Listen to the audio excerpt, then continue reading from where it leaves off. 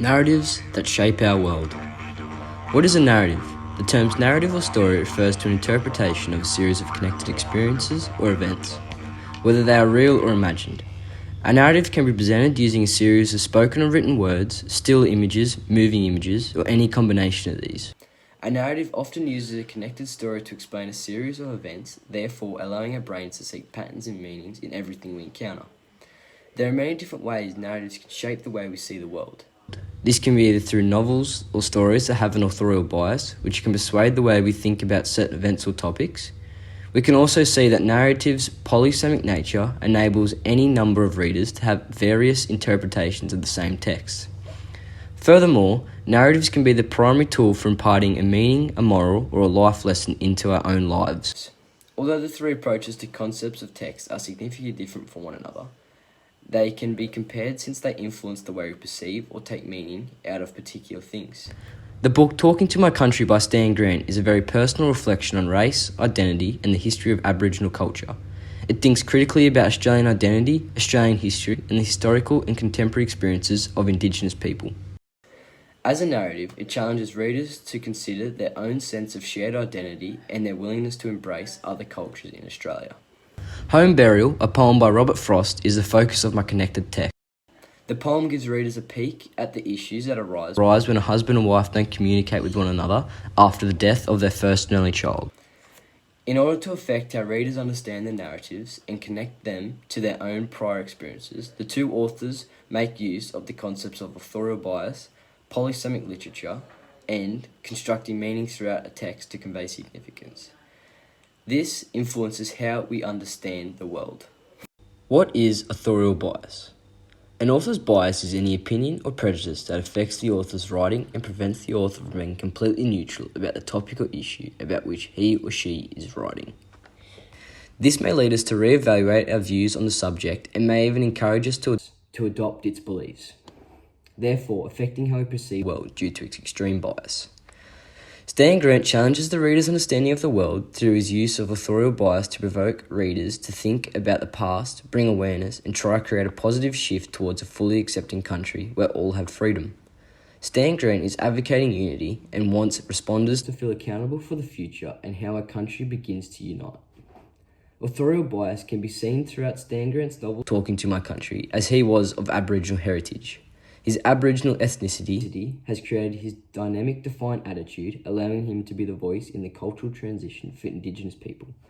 This can be seen when Grant says, "Rights still to be recognised in the Australian Constitution, that same Constitution that has allowed laws to take away children, invade our homes, and violate our privacy."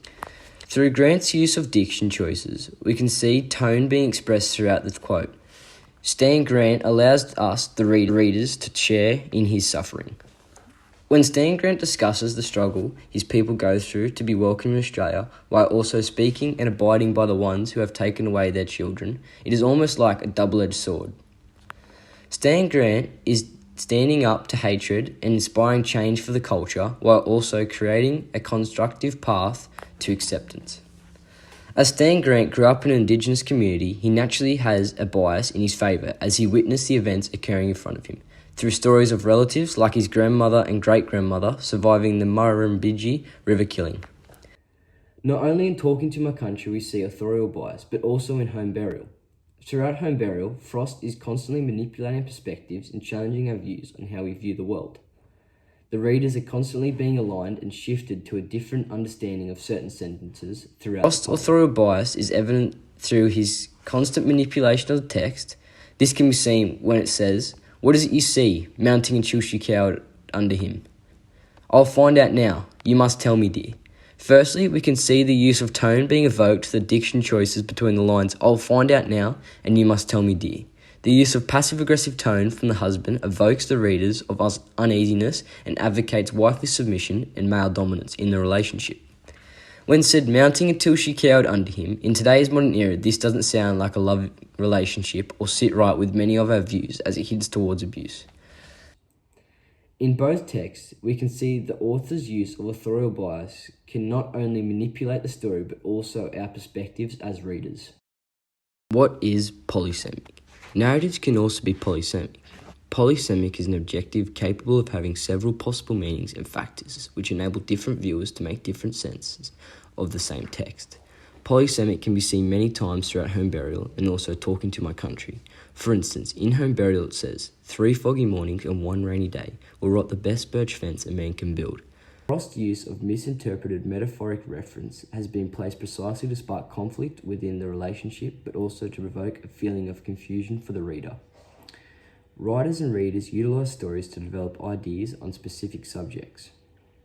Home Burial demonstrates the use of polysemic text as a recurring theme, which entails the potential for misinterpretation of intended word meanings. It's not only about Adam Goodes, but also about the entire Indigenous community. Grant says, "We listen to the howls of humiliation that echoes across 2 centuries of dispossession, injustice, suffering, and survival.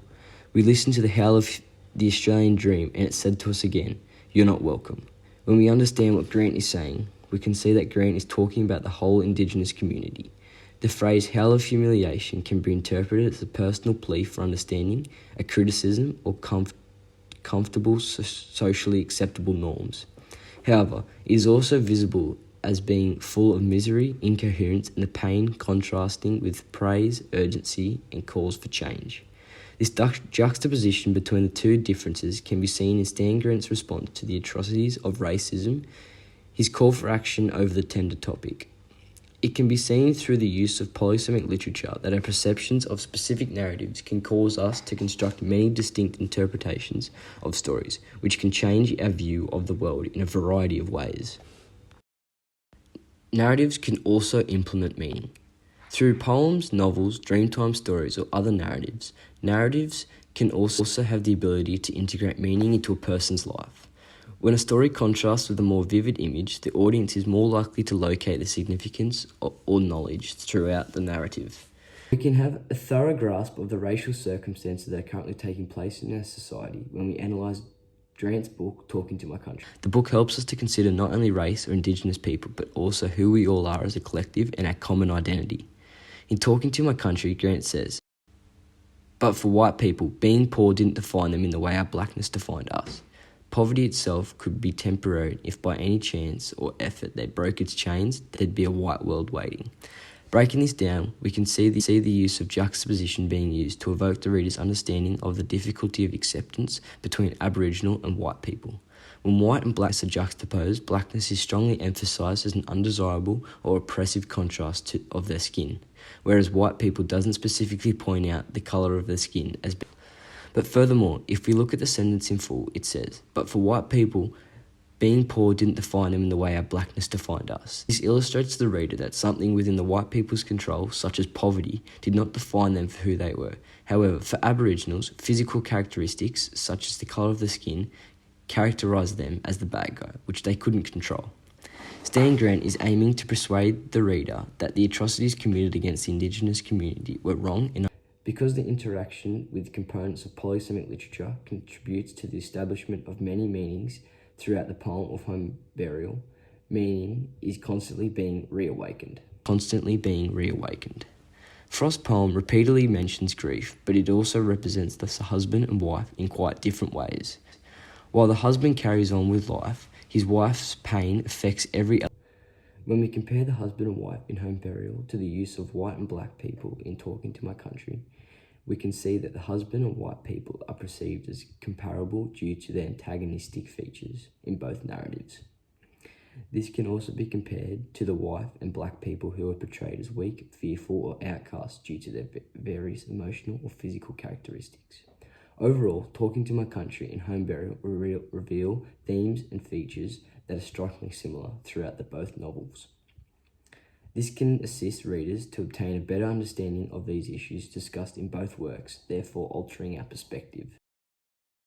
Why is it important to affirm or question storytelling? Stories help us to understand each other. They help us to construct meaning in our world, and stories have the ability to help us learn about others and to find understanding and empathy for them and their situations. As shown in Talking to My Country and Robert Frost's poem, Home Burial, storytelling and narratives have the power to expand our perspectives on important worldviews. The author's use of authorial bias, polysemic literature, and implementation of meaning into the narratives can also shift the way we view certain topics or stories very quickly. Sometimes people conform to someone's or a crowd's bias towards something that doesn't sit right with us.